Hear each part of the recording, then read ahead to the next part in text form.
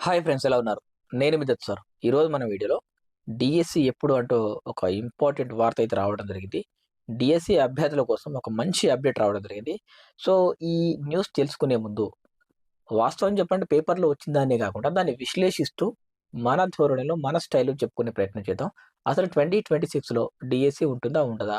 ఉంటే ఎన్ని పోస్టులతో డిఎస్సి భర్తీ చేస్తారు? అసలు ఎన్ని ఖాళీలున్నాయి?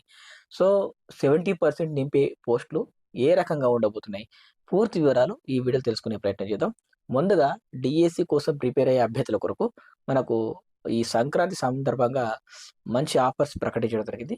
స్కూల్ అసిస్టెంట్ కేవలం 299కి, Gurukula TGT, PGT 299, model school TGT, PGT 299, కేజీబీవీకి ప్రిపేర్ అయ్యే వాళ్ళకి కూడా 299, స్కూల్ అసిస్టెంట్ సోషల్ వాళ్ళకి 299, అలాగే జేఎల్ మరియు డిఎల్ తెలుగు 299.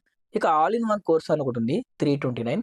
దీని ప్రత్యేకత ఏంటంటే 4, 5 నోటిఫికేషన్‌లకు ఎలిజిబిలిటీ ఉంటుంది. కాకపోతే దీని వ్యాలిడిటీ అనేది 2027 జనవరి వరకు ఉంటుంది. దీంట్లో అన్ని సబ్జెక్టులకు సంబంధించిన సిలబస్ ఉంటుంది. సో, డీఎస్సీ ప్రిపేర్ అయ్యేవాళ్ళు కావచ్చు, మోడల్ స్కూల్ కావచ్చు, గురుకుల కావచ్చు, కేజీబీవీ కావచ్చు, జేఎల్‌డీఎల్ కావచ్చు, అన్నిటికి సంబంధించి దీంట్లో ఉంటాయి. ఇది ఆల్ ఇన్ వన్ కోర్సు. ఇక తర్వాత ఎస్‌జీటీ అభ్యర్థుల కొరకు కూడా 199కి కోర్స్ అయితే ఉంది. సో, ఇది కేవలం ఆన్‌లైన్ ఎగ్జామ్స్ కోసం మాత్రమే ముందు సిలబస్ ప్రకటించి మరి మేము ఎగ్జామ్స్ అయితే నిర్వహించడం జరుగుతుంది. పూర్తి వివరాలకు ఈ నంబర్‌కి మీరు సంప్రదించవచ్చు. ఇక తర్వాత 2025 ఆగస్టు 31 వరకు ఉన్న ఖాళీల వివరాలు ఇక్కడ ఉన్నాయి. సో, అప్పటి నుంచి ఇప్పటి వరకు ఇంకా ఖాళీలు కూడా పెరిగి ఉంటాయి. సో, ఇవన్నీ మరి ఎన్ని పోస్టులు ఉండే అవకాశం ఉంది చూద్దాం. ఒక్కొక్క రోజు ఖాళీలంటారు. మరో రోజు రేషనలైజేషన్ అంటారు. సో, ఎప్పుడు ఏం జరుగుతుందో మరి ఎవరికీ అర్థం కాని పరిస్థితి. డిఎస్సి ఎప్పుడు అంటూ ఒక వార్త అయితే రావడం జరిగింది. మన విజయక్రాంతి న్యూస్ పేపర్‌లో నోటిఫికేషన్‌లలో కాలయాపన. గత 20 ఏళ్లలో వచ్చినవి కేవలం 5 నోటిఫికేషన్‌లు మాత్రమే. ప్రత్యేక రాష్ట్రంలో కేవలం 2 నోటిఫికేషన్‌లొచ్చాయి. ఎన్నికల ముందు నోటిఫికేషన్‌లు వేయకుండా కుట్ర చేస్తున్నారు. ఖాళీ పోస్టులను వెంటనే భర్తీ చేయాలి. జాబ్ క్యాలెండర్ ప్రకారం గతేడాది ఫిబ్రవరిలోనే వెలువడాల్సిన డిఎస్సి నోటిఫికేషన్ అంటూ వార్తొచ్చింది. ముఖ్యంగా టీచర్ పోస్టులు డిఎస్సి ద్వారా, మోడల్ స్కూల్ ద్వారా, అలాగే గురుకుల ద్వారా, అలాగే జేఎల్‌డీఎల్ ఇట్లా రకరకాల పోస్టులయితే ఉంటాయి. టీచర్ పోస్టులు కావచ్చు, లెక్చర్ పోస్టులు కావచ్చు, అసిస్టెంట్ ప్రొఫెసర్ పోస్టులు కావచ్చు. సో, ఈ విధంగా ఏపీలో 3 ఏస్తే మన దగ్గర 2 మాత్రమే ఏశారు. అది కూడా అంతకుముందు ఉమ్మడి ఆంధ్రప్రదేశ్ జిల్లా ఉన్నప్పుడు మాత్రమే ఒక 3 ఉండే. ఆ తర్వాత 2 ఏశారు. అసలు ఎందుకు ఈ పరిస్థితి? ఒకప్పుడు 2006 కంటే ముందున్న పరిస్థితి ఏంటంటే ఏడాదికో డిఎస్సి మరి అప్పట్లో చంద్రబాబు నాయుడు గారు వేయటం జరిగింది. ఆ తర్వాత వచ్చిన ప్రభుత్వాలు 4, 5 ఏళ్ళకో డిఎస్సి ఏస్తున్నారు. ఏసిన డిఎస్సి కూడా కేవలం కొన్ని పోస్టులు డిఎస్సి కంటే ముందు అంటే మన ఎలక్షన్స్ కంటే ముందు ఒక హామీ ఇచ్చి ఆ తర్వాత నిర్వహించడం జరుగుతుంది. సో, దానికి కూడా మళ్ళీ కాలయాపన ఇట్లాంటివి జరుగుతున్నాయన్నమాట. సో, అసలు డిఎస్సి పోస్టులు మరి ఎన్ని పోస్టులు ఖాళీ ఉంటే ఓవరాల్‌గా 2025 ఆగస్టు నాటికి, ఇప్పుడు ఆగస్ట్ అయిపోయి 4 నెలలు అయిపోయింది. ఇది 5వ నెల రన్నింగ్‌లో ఉంది. సో, అప్పటికే 19,000 ఖాళీలు. సో, ఈ రోజు వరకు ఈ 5 నెలల్లో కూడా ఎన్ని ఖాళీలుంటాయి? 23 లేదా 24,000 ఖాళీలైతే డెఫినిట్‌గా ఉంటాయి.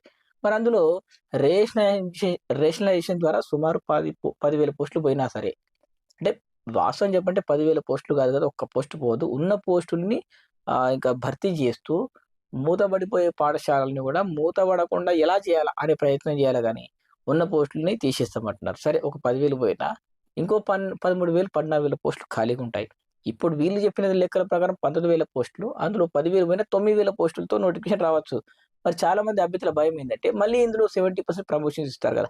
70% ప్రమోషన్‌లంటే ప్రతి ఒక్క దాంట్లో ఇవ్వరు. ఇప్పుడు ఫర్ ఎగ్జాంపుల్ ఇక్కడ కేటగిరీ తీసుకుంటే గెజిటెడ్ హెడ్ మాస్టర్ 422 ఖాళీలున్నాయి. ఇవి మన అభ్యర్థులకు సంబంధం లేదు. ఎందుకంటే ఇవి స్కూల్ అసిస్టెంట్‌ల ద్వారానే భర్తీ చేస్తారు. అందులో డౌటే లేదు. కేవలం స్కూల్ అసిస్టెంట్‌లు, సీనియర్‌ల ద్వారా భర్తీ చేస్తారు. ఇక ఎల్ఎఫ్ఎల్హెచ్ఎం, ఎస్‌జీటీ సీనియర్‌లు ఎవరైతే ఉంటారో వాళ్ళకు మాత్రమే భర్తీ చేస్తారు. ఇక ఎస్‌జీటీ పోస్టులు 10,000 ఉన్నాయి గదా! ఈ 10,000 పోస్టుల నుంచి ఆ పైనున్న పోస్టులు తీసేయాల. ఎందుకంటే ఈ పైనున్న పోస్టులన్నీ కేవలం ఎస్‌జీటీలు. ఇప్పుడు హెచ్ఎం పోస్టులు మాత్రం స్కూల్ అసిస్టెంట్‌ల ద్వారా దాంట్లోంచి మైనస్ చేసేయాల. ఎల్ఎఫ్ఎల్హెచ్ఎం మాత్రం ఎస్‌జీటీ దాంట్లో మైనస్ చేశారు. ఇప్పుడు 10,395 అందులో 650 తీసేసినామనుకో సుమారు 9,000 చిల్లర పోస్టులుంటాయి. ఎస్‌జీటీ మాత్రం 9,000 చిల్లర పోస్టులు. అందులో డౌటే లేదు.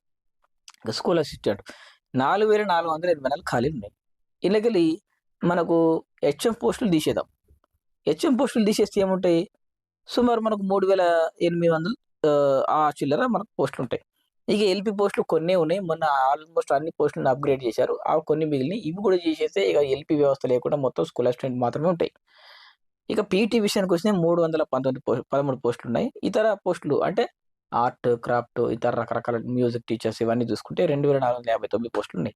అంటే ఓవరాల్‌గా 19,000 పోస్టుల్లోంచి సుమారు 10,000 ఈ 19,000 పోస్టుల నుంచి మన ప్రమోషన్‌లు పోను ఇంకో 15,000 16,000 ఉంటాయి. అందులోంచి మరి ఎలాంటి కటింగ్స్ లేకుండా, రేషనలైజేషన్ చేయకుండా డైరెక్ట్ భర్తీ చేస్తే బ్రహ్మాండంగా 15,000-16,000 పోస్టులతో డీఎస్సీ నోటిఫికేషన్ ఇవ్వచ్చు.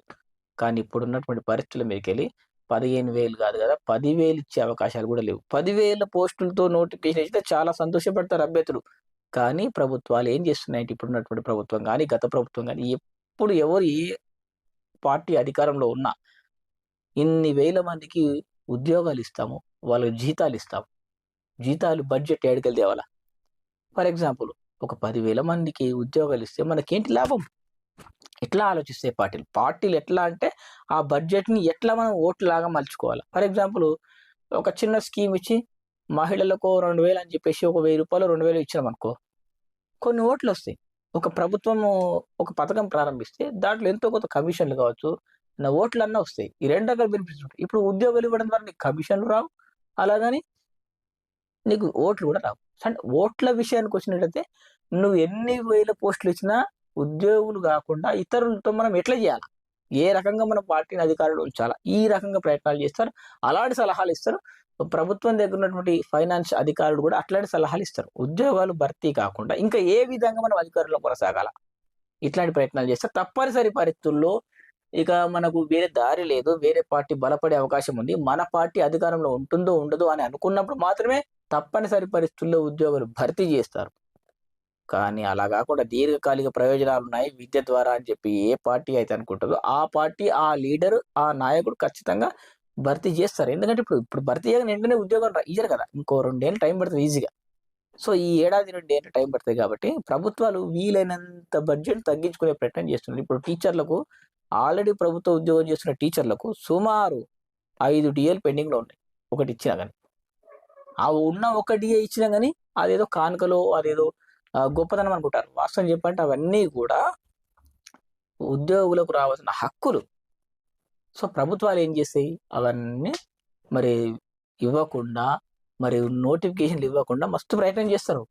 తప్పనిసరి పరిస్థితుల్లో నోటిఫికేషన్‌లు ఇస్తారు. ఇవ్వరు అని అంటలే. ఇప్పుడున్నటువంటి కాంగ్రెస్ ప్రభుత్వం 2 ఏళ్ల అధికారంలోకొచ్చింది. మరో 3 ఏళ్ళు అధికారం ఉంది. ఆ 3 ఏళ్లు చివరి 1 ఇయర్ మొత్తం ఎలక్షన్‌లు. మొన్న ఎలక్షన్ హడావుడి. ఇప్పుడు మళ్ళీ మున్సిపాలిటీ ఎలక్షన్స్ అంటారు. తర్వాత ఎంపీటీసీ, జెడ్పీటీసీ అంటారు. తర్వాత సొసైటీ ఎలక్షన్స్ అంటారు. ఎలక్షన్ ద్వారానే పోతుంది టైం ఇట్లా. కానీ 2028 లోపల 26, 27, 28 ఈ 3 ఏళ్ల టైం ఉంది కాబట్టి 28లో మనకు ఎట్లాగో ఎలక్షన్స్ ఉంటాయి కాబట్టి వాళ్ళకి ఆ ఛాన్స్ లేదు. 27 వరకే. ఈ 2026లో నోటిఫికేషన్ ఇచ్చినా 27లో అట్లా ఎగ్జామ్స్ పెట్టుకొని భర్తీ చేయడానికి 27, 28 టైం వస్తది. అంటే సుమారు ఏడాది నుంచి ఏడాదిన్నర, 2 ఏళ్ల టైం అయితే ఈజీగా తీసుకుంటారు. సరే ఏదైనా సరే అప్పటికి ఉద్యోగం ఇస్తారు గదా! మరి ఇప్పుడు నోటిఫికేషన్ ఇవ్వడానికి ఏంటి ప్రాబ్లమ్ అంటే ఫైనాన్స్ డిపార్ట్‌మెంట్ నుంచి ఆర్థిక శాఖ ఆమోదం పొందితేనే నోటిఫికేషన్ రిలీజ్ అయితది. మరి అట్లా నువ్వు ఫైనాన్స్ డిపార్ట్‌మెంట్ నుంచి అప్రూవల్ వచ్చిన తర్వాత కూడా ఎన్నో పోస్టులు, ఎన్నో నోటిఫికేషన్‌లు మరి బయటకు రాకుండా, ఎన్నో నోటిఫికేషన్‌లు వేయకుండానే పోయినాయి. సో, కాబట్టి మిత్రులారా ప్రభుత్వాలందరూ ఖచ్చితంగా విద్య మీద ఫోకస్ పెట్టాలా ఫస్ట్ ఆఫ్ ఆల్. విద్య మీద ఫోకస్ పెట్టి ప్రభుత్వాలు నోటిఫికేషన్ భర్తీ చేస్తేనే బ్రహ్మాండంగా మనకి అవకాశం ఉంటుంది. కాబట్టి మీరు నిరాశ పడకండి. వేరే ఉద్యోగాలు చేసుకోండి. ప్రైవేట్ ఉద్యోగాలు చేస్తూ పార్ట్ టైమ్ ప్రిపేర్ అవ్వండి. రోజు 4, 5 గంటలు ప్రిపేర్ అయితే కూడా నోటిఫికేషన్ వచ్చేంత వరకు మనం సిద్ధంగా ఉంటే నోటిఫికేషన్ వచ్చేంత వరకు ఆ తర్వాత నోటిఫికేషన్‌లొస్తాయి. నోటిఫికేషన్ రావని కూడా నేను చెప్పమనను. ఇంకోటి ఖచ్చితంగా రాజకీయ ప్రయోజనాలను దృష్టిలో పెట్టుకొని సడెన్‌గా ఒక్కొక్కసారి వాళ్ళు ప్రెస్టేజ్‌గా తీసుకొని కూడా నోటిఫికేషన్ భర్తీ చేసేస్తారు. టక్కన నోటిఫికేషన్ ఇస్తారు. భర్తీ చేస్తారు. అపాయింట్‌మెంట్ కూడా ఇస్తారు. తర్వాత ఏ పంచాయతీలలో గాని, ఏ లెవెల్‌లోనైనా గాని. ఇట్లాంటి ఎన్నో అనుభవాల ద్వారా చెప్తున్నా ఒక ఉపాధ్యాయుడిగా. సరే ఇది ఫ్రెండ్స్ ఇవాల్టి వీడియో. ఇలాంటి మరిన్ని విశ్లేషణాత్మకమైనటువంటి వార్తల కోసం మరి అప్డేట్స్ కోసం మన ఛానెల్‌ని రెగ్యులర్‌గా ఫాలో అవ్వండి. ఇక్కడ నుంచి రెగ్యులర్‌గా వీడియోలైతే పోస్ట్ చేయడం జరుగుతుంది. సో ఇది ఫ్రెండ్స్ ఇవాల్టి వీడియో. Thank you.